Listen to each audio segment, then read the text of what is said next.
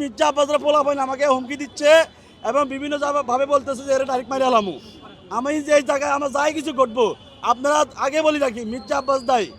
আমার আহত হই, নিহত হই, গুম করে মাইরা ফেলায়, যা কিছু হবে মির্জা আব্বাসের জন্য দায়ী।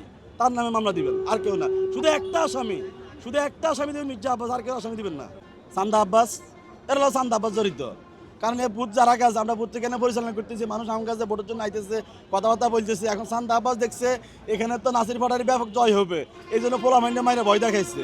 আল্লাহ আরেক পাগল, আমরা শেখ হাসিনা গুলি করে ভয় দেখাইতে পারে না, আর মির্জা আব্বাসে পোলা মাইন্ড গড়ারে মারা ভয় দেখায়।